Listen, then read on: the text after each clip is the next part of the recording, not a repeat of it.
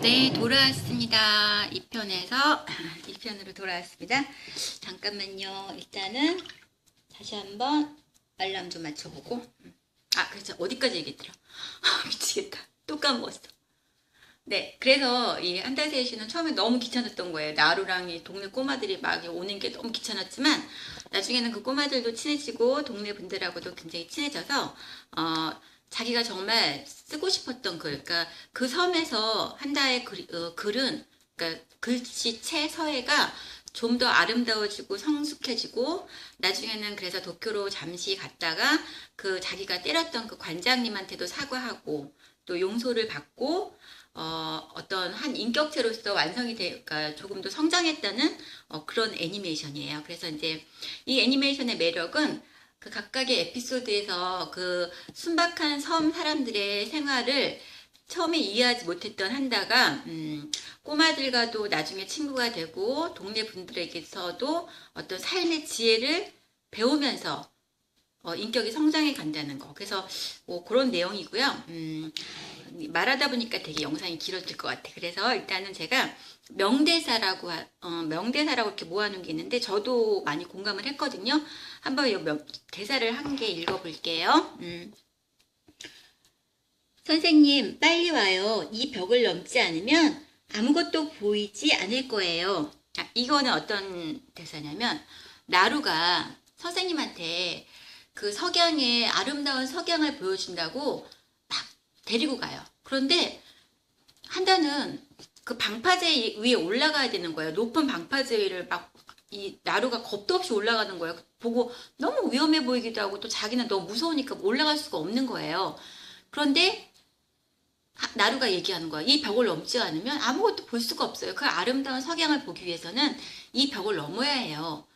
그래서 한다는 용기를 내가지고 올라갔더니 바다에서 펼쳐진 그 석양이 너무너무 아름다운 거예요. 그래서 자기 가슴 속에 어떤 뭔가가 이렇게 쿵 하고 들어오는 그런 느낌을 받으면서 그래.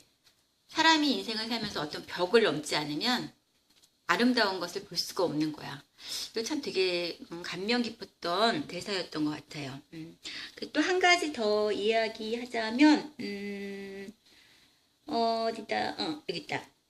사람과 사람과 연결이 만반의 방법 대책이지. 요거는 어떤 이야기냐면 이 마을에 사는 이제 이 마을에는 꼬마들만 있는 게 아니고 청소년 고등학생 2명이 있어요. 여자애들 2명 있는데 나중에 이제 이 한다한테 서예를 배워가지고 학교 교내 서예에 대해서 막 최고상은 못 받고 2등상인가 받아요. 그런 아주 귀여운 여고생들이 있어요. 여고생들이 있는데 그 여고생이 한 말이에요. 그러니까 얘가 집을 나갈 때도 문을 잠그지 않고 나가는 거야. 그러니까 자기 한다 입장에서 보면은 도쿄에서는 이건 있을 수도 없는 일인 거지. 그래가지고 너 왜 맨날 문을 안 잠그고 다녀? 문을 잠그고 다녀야지. 그랬더니 얘가 한 말이에요.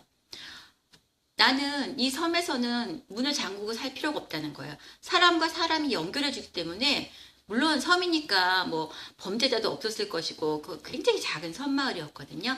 범죄자도 없었을 것이고 이 아이 가치관으로 보면 문을 잠그려는 한다의 말이 이해가 안 됐던 거예요. 근데 여기서는 단순하게 어떤 방법 차원의 문이 아니라 글쎄 사람과 사람의 어떤 마음의 문 그런 의미로 들려서 되게 좀 대사가 기억에 남더라고요. 그리고 또 내가 적어놓은 게 이거 있다. 노력할 수 있는 것이 최고의 재능이야. 이거는 어떤 대사냐면은 히로시라는 아이가 있어요. 히로시가 누구냐면 이 한다가 묵고 있는 향장이라고 그러죠. 그 향장의 아들이에요. 고등학생이고 아까 말했던 그 여고생들보다는 한 학년 위의 아들인데 그러니까 우리나라 치면 고3이겠죠. 이제 좀 있으면 자기 진로를 선택을 해야 되는 거예요. 근데 처음에 이거 히로시가 한다를 되게 싫어해요. 왜냐면은 한다를 천재라고 생각했던 거예요. 너는 도쿄에서 그렇게 인정받고 뭐 잡지에도 나오고 뭐 모르는 사람이 없을 정도로 유명한 서예가잖아. 넌 얼굴도 잘생겼잖아. 너는 집안도 좋잖아. 너는 그거 천재잖아. 그러니까 너는 나의 고충을 몰라. 나는 아무리 열심히 노력해도 성적도 나지 않고 아직 진로도 정해지지 않았고 네가 내 고통을 알아? 네가 내 힘든 걸 알아? 이렇게 해서 이제 히로시는 한다를 질투 겸 이러면서 되게 싫어합니다. 그런데 어느 날 우연히 보게 된 거죠. 한다의 방에 갔을 때 한다가 그 연습으로 써놨던 그 수많은 그 연습을 해놓은 그 글씨 저기 뭐지 우리나라 말하면 한지 비슷한데 그걸 뭐라고 하죠?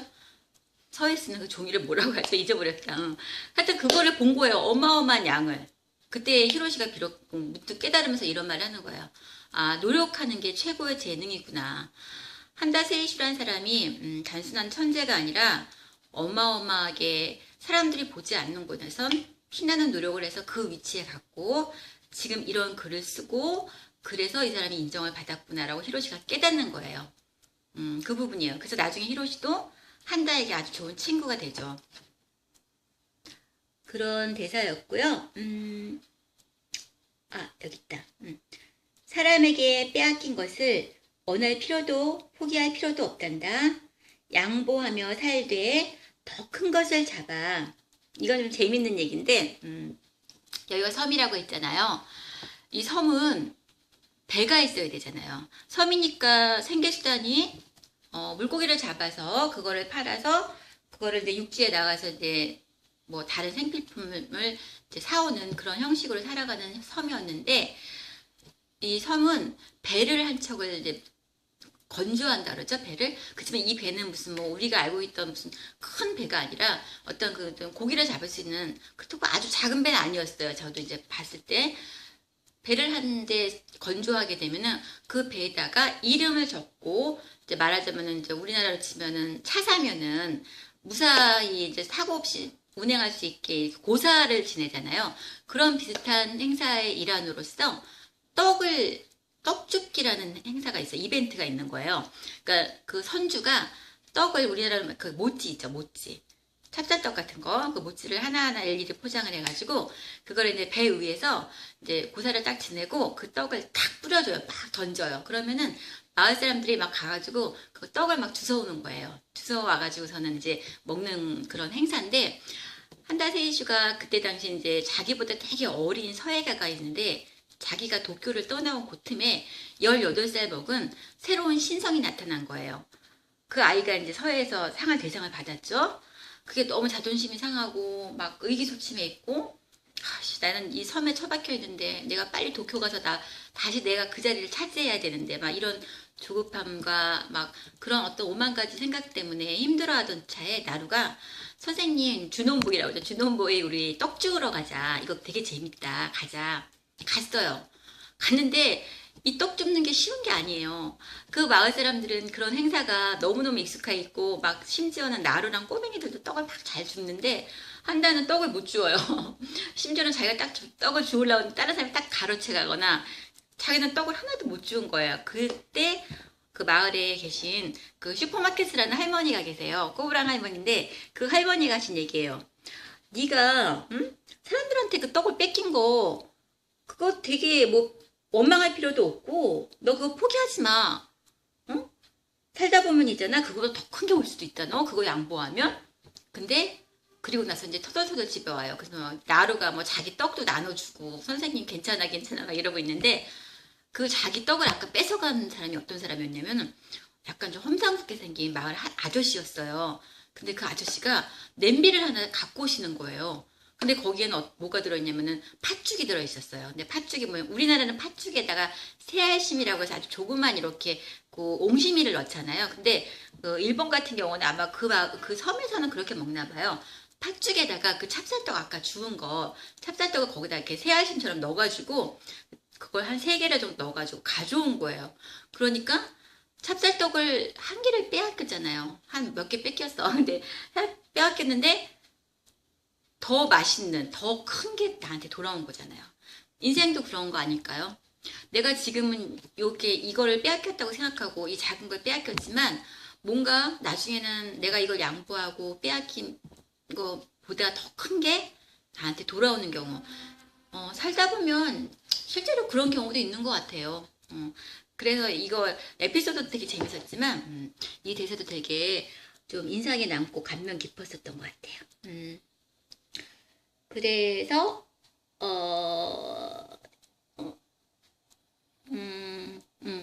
그 하나만 더 읽어볼까요?